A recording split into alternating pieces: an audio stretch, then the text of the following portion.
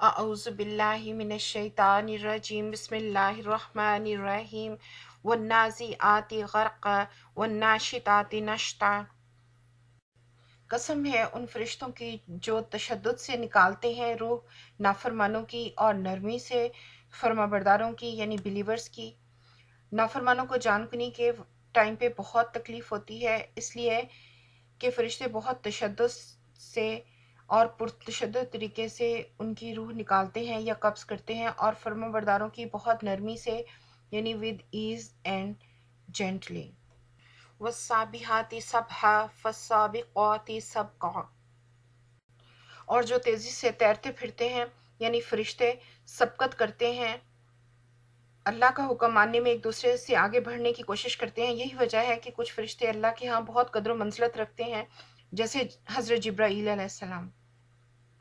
فالمدبرات امرا، اور پھر احکام الہی کے مطابق معاملات کا انتظام چلاتے ہیں کہ فرشتوں کی حرکت انتہائی تیز ہوتی ہے، وہ انن فنن ایک جگہ سے دوسری جگہ پہنچ جاتے ہیں اور ہر کام جس کا انہیں حکم دیا جاتا ہے بجا لاتے ہیں۔ یوم ترجف الراجفہ تتبعها الرادفہ قلوب یومئذ واجفہ ابصارها خاشعہ۔ جس دن پہلا سور پھونکا جائے گا تو وہ زلزلے کا جھٹکا ہلا دے گا زمین اور پہاڑوں کو، یعنی وہ بہت شدید اور زبردست ہوگا۔ اور پھر دوسرا سور پھونکا جائے گا تو سب زندہ ہو جائیں گے۔ کچھ دل ہوں گے جو اس روز بہت خوف سے کانپ رہے ہوں گے اور نگاہیں ان کی سہمی ہوئی ہوں گی، یعنی کفار اور منافقین پر اس روز ہول طاری ہوگا۔ مومنین صالحین اس دن اس صدمے یعنی ہول سے محفوظ ہوں گے، اور وہ انتہائی گھبراہٹ کا وقت ان کو ذرا پریشان نہ کرے گا۔ سورہ انبیاء آیت 103۔ یقولون انا لمردودون فی الحافرہ اذا کنا عظاما نخرہ قالوا تلک اذا کرۃ خاسرہ فانما ہی زجرۃ واحدہ فاذا هم بالساہرہ۔ یہ لوگ کہتے ہیں کہ کیا واقعی ہم دوبارہ زندہ ہوں گے جبکہ ہم کھوکھلی بوسیدہ ہڈیاں بن چکے ہوں گے؟ کہنے لگے کہ یہ واپسی تو بڑے گھاٹے کی ہوگی، حالانکہ یہ بس اتنا کام ہے کہ ایک زور کی ڈانٹ ہوگی یعنی دوسرا سور پھونکا جائے گا اور یہ کھلے میدان میں موجود ہوں گے۔ اہل عرب کا عقیدہ آخرت اس قدر کمزور ہو چکا تھا کہ جب نبی کریم صلی اللہ علیہ وآلہ وسلم نے ان سے کہا کہ تم دوبارہ زندہ کیے جاؤ گے تو وہ اسے امر محال سمجھ کر ہنسی میں اڑا رہے تھے، حالانکہ یہ اللہ کے لیے کچھ بھی مشکل نہیں ہے۔ بس دوسرا سور پھونکا جائے گا اور سب دوبارہ زندہ ہو جائیں گے۔ هل اتاک حدیث موسیٰ اذ ناداہ ربہ بالوادی المقدس طوی اذهب الى فرعون انہ طغی فقل هل لک الى ان تزکی واہدیک الى ربک فتخشی فاراه الآیات الکبری فکذب وعصی ثم ادبر یسعی فحشر فنادی فقال انا ربکم الاعلی فاخذہ اللہ نکال الآخرۃ والاولی ان فی ذلک لعبرۃ لمن یخشی۔ کیا تمہیں موسیٰ کے قصے کی خبر پہنچی ہے جب اس کے رب نے اسے طویٰ کی مقدس وادی میں پکارا کہ فرعون کے پاس جا، وہ سرکش ہو گیا ہے، اور اس سے کہہ کیا تو اس کے لیے تیار ہے کہ پاکیزگی اختیار کرے اور میں تیرے رب کی طرف تیری رہنمائی کروں تو اس کا خوف تیرے اندر پیدا ہو۔ پھر موسیٰ نے فرعون کو بڑی نشانی دکھائی مگر اس نے جھٹلا دیا اور نہ مانا۔ پھر چال بازیاں کرنے کے لیے پلٹا اور لوگوں کو جمع کر کے اس نے پکار کر کہا میں تمہارا سب سے بڑا رب ہوں۔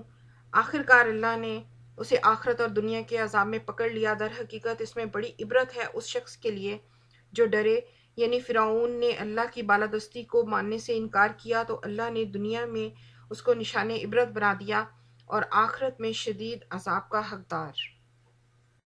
ان فی ذلک لعبرۃ لمن یخشی اانتم اشد خلقا ام السماء بناها رفع سمکها فسواها واغطش لیلها واخرج ضحاها والارض بعد ذلك دحاها اخرج منها ماءها ومرعاها والجبال ارساها متاع لکم ولانعامکم، کیا تم لوگوں کی تخلیق زیادہ سخت کام ہے یا آسمان کی؟ اللہ نے اس کو بنایا، اس کی چھت خوب اونچی اٹھائی اور پھر اس کا توازن قائم کیا، اور اس کی رات ڈھانکی اور اس کا دن نکالا۔ زمین کو اس نے بچھایا اور اس کے اندر سے اس کا پانی اور چارہ نکالا، اور اس میں پہاڑ گاڑ دیے سامان زیست کے طور پر تمہارے اور تمہارے مویشیوں کے لیے۔ یعنی اللہ فرماتے ہیں کہ اس بے حد و حساب پھیلی ہوئی کائنات کو دیکھ کہ اللہ نے لاکھوں کروڑوں سیارے اور ستارے پیدا کر دیے کہ جن کے درمیان نوری سالوں کا فاصلہ ہے، اور آسمان جس کی بلندی یا اونچائی کا انسان اندازہ بھی نہیں کر سکتا اور نہ قیامت تک کر پائے گا قائم کیا، اور زمین جسے پانی اور چارہ نکالا، اور پہاڑوں میں معدنیات اور قیمتی میٹلز رکھے۔ اگر تمہارا رب یہ سب کچھ کر سکتا ہے تو تمہیں دوبارہ پیدا کرنا اس کے لیے کتنا آسان ہے۔ اس کو ہم مثالوں کے ذریعے سے سمجھ سکتے ہیں۔ فار ایگزامپل، اگر ہم کہتے ہیں کہ ایپل کی کمپنی نے کمپیوٹر بنا لیا لیکن وہ پروسیسر یا ہارڈ ڈرائیو نہیں بنا سکتی، تو یہ امپاسبل بات ہے۔ جس کمپنی نے کمپیوٹر بنا لیا وہ ایک پروسیسر یا ہارڈ ڈرائیو کیوں نہیں بنا سکتی ہے؟ اسی طرح ہم دوسری مثال کے ذریعے سے ایسے بھی سمجھ سکتے ہیں کہ جیسے ہم انسان ہو کر ہر سال گاڑی کا ایک نیا ماڈل بنا لیتے ہیں، تو نعوذ باللہ کیا خدا اس چیز سے عاجز ہے کہ وہ ہمیں دوبارہ پیدا کر پائے؟